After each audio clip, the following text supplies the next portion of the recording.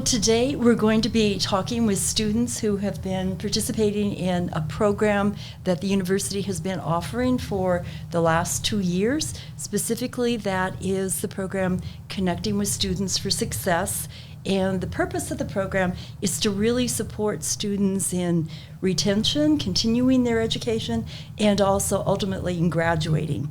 And today, we do survey our students at the end of every semester because we certainly want to know that this program meets their needs. But today, we actually get to talk with students who are in the program. So I'm really happy to be joined by several students who are in the program. And Sarah, would you first introduce yourself, please? Hi, I'm Sarah LeBlanc. My major is Ag Business, and I've been at Sul Ross for 1.5 years, but I'm a transfer student. This is my junior year in college. And a professor that's teaching my Connecting with Students course right now is Dr. Igo, but I've taken 5 of his classes and 1 of Ms. Sanderson's classes. So I'm very familiar with this program, and I like it a lot. Thank you. And Larry, would you introduce yourself, please? I'm Larry Hood. I am a junior. My major, had to use the cheat sheet. My major is political science with a minor in history, and I'm in this program through Dr. Mora. Okay. And I neglected to introduce myself. I'm Dr. Jeanne Qvarnstrom, and I coordinate the Connecting with Students for Success program. And I'm really excited because we have 40 faculty who are following this program. Our next question deals specifically with the program. Connecting with Students for Success focuses on 4 practices. The first one is to get to know your names very quickly.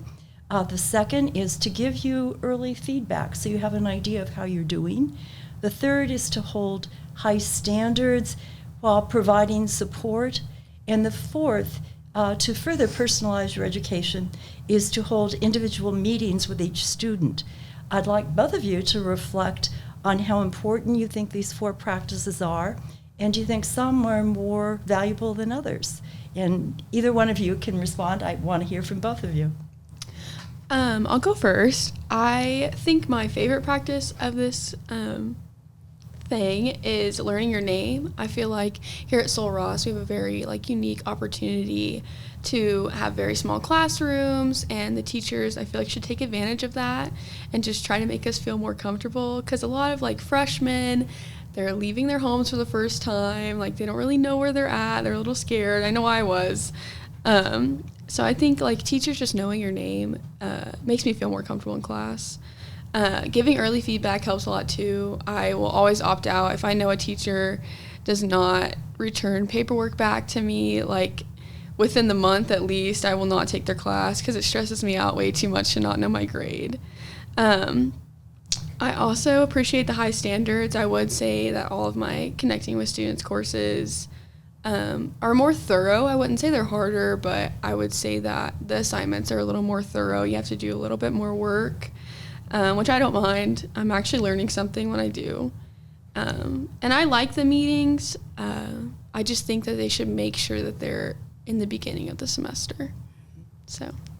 Thank you. And Larry, do you want to share your experiences? I think all 4 have their place. Each student's going to have their own needs, and for me personally, the 2 greatest ones are the individual meetings and the early feedback. I like to follow rules, and as long as I have those rules, I feel very comfortable and I can follow through. And if I'm not certain how to do something, I want to make sure I know the right way. I don't want to have I don't appreciate situations where they say, well, you can do it whatever you want. No, I want the right way, the way that the professor wants, and I can address that with those meetings. And furthermore, those individual meetings I find invaluable because, one, with Dr. Mora, I got to learn more of his history. We spoke earlier before this, and I chose Dr. Mora specifically because of his history with not only his profession, but just his real-world experience living in Venezuela and Colombia and seeing the downfall of some of these economies. So if you're going to take a macroeconomics class, why not pick the person that has literally decades of experience? learning my name, it's nice. I mean, it like I said, other students are going to have more requirement for that. Mm-hmm. I don't necessarily need it, but I can see that it has a value with most students. Okay, thank you. We'll go on to asking each of you to share a personal experience receiving any one of these 4 practices, perhaps more in depth about some of your individual meetings or the kind of feedback you get, any thoughts you have. The other thing, too, I want to encourage both of you to feel free to jump in on each other's conversation, too, if you get an idea. But we've got this routine started. So, Sarah, do you want to share a personal experience? Yeah, and I completely agree with what you just said on the last question. I do not like gray area in assignments because I always choose the wrong gray area. I do it wrong. But yeah, my first semester here, I had 3 classes with Dr. Igo, so I really got to know him. And he helped me decide, like, I honestly did not know I needed a master's to go to the USDA. I was just like, everyone was telling me, yeah, like, just get your bachelor's, let's go to and you're going to work for the USDA. And I was like, okay. Like, and he was like, you know, you're going to need your master's, right? And I was like, no, I didn't, but okay, I guess I'll plan for that. So he definitely helped me, like, make life choices. And he helps me get involved, like, for things like this. Like, he mentioned to me in class, I have class with him this semester, and I just really appreciate, like, how far he goes to, like, make sure his students are getting involved at Sul Ross and making sure that they stay at Sul Ross. Because I feel like the students that leave and don't want to be here are the ones that are not going to, like, the bingo nights, or that are not participating in volunteering and all this cool stuff we have going on. So yeah, I just really appreciate him talking about everything all at once. Okay, thank you. The professor you mentioned, what does he teach? He teaches like some ag business, ag education. He's teaching an electrical class this semester and next semester too. It's all RAS stuff. Okay. Yeah. He's All right, pretty go cool. ahead. My first meeting with Dr. Mora was excellent because it was more about personal history. I got to explain where I come from, and then where I'm planning on going. He got to share his story. We got to touch base on standards, and then I've had a second meeting since then, and that was more explaining. I'm terrible at math. I get emotional when I have to do math and formulas and stuff. I started off as a history major because history is just story time. So it's like saying, tell me the story of Lord of the Rings. Got it. When it comes to math, though, it's always been my downfall. That's why I'm specifically going for a BA over a BS in political science, because it's less math oriented, more about culture and history. Having that connection and that open communication portal to talk to Dr. Mora, he now knows I struggle with the math section. So as much history as he gives, and that's the part that I love the most about his class, I have to ask him all the time, like, hey, I don't understand this formula. And when I type it in on a calculator, I get a completely different answer than what you're typing in. And so it's just nice to know that he's there, he's open, he has time for you. As long as you make the schedule, it's all good. Okay, thank you. Yeah, with Miss Sanderson, I had an accounting class with her. And I mean, there was like basic math, but it was just like so much math all at once. The problems were so long. And I think if she wouldn't have been doing this program, like, I would not have made an A in that class. It's nice knowing they're there. Let's go on with the next question.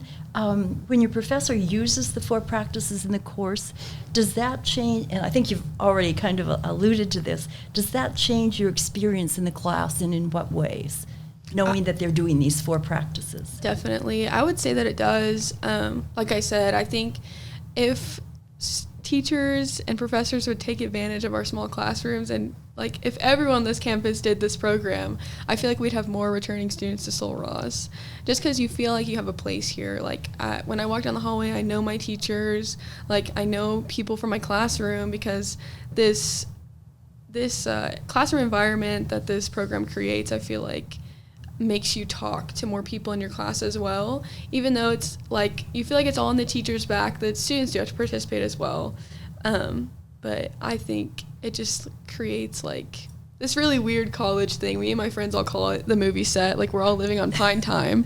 And Yeah, I think it's important for a small college to feel like it's home.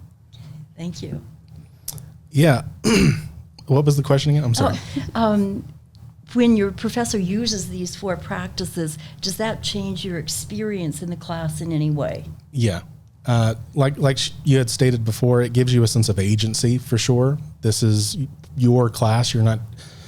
You could go online and just watch a video and learn some of the things that you're learning in class, but having the professor make that connection with you in class makes all the difference. Otherwise, you could just sign up for, what is it called, Phoenix Online or whatever. Mm-hmm. This is different, especially it being a small campus.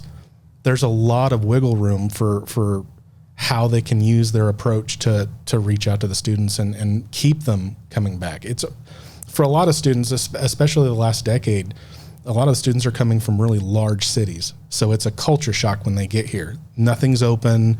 Nothing opens till 9 a.m. and everything closes early, and half of them are closed for lunch. A lot of them get here and they feel like they don't belong. And a program like this can open that kind of relationship with people that are locals and are professors. And you have alluded to it a little bit already too. Would you recommend this program to all professors to use these 4 practices with intentionality? And I will say, every semester we recruit new faculty, so this is your opportunity to make a recommendation. I definitely think that every professor should be doing this. Honestly, especially in like the Texas core curriculum classes, because that's what you start taking here. I feel like those are my classes that I felt the least connected to, just because they're not my major. I'm like, why am I doing this? I was younger. And I think if those teachers like would have maybe had this going, I think it would have been better for everyone involved. I don't know how much work it is extra on the teacher's part. I definitely think it would help retention of Sul Ross students if everyone did this. Well, I certainly want to thank both of you for your perspective, because we faculty are all doing this to make a positive impact on you. So thank you for sharing your time. Awesome. no problem.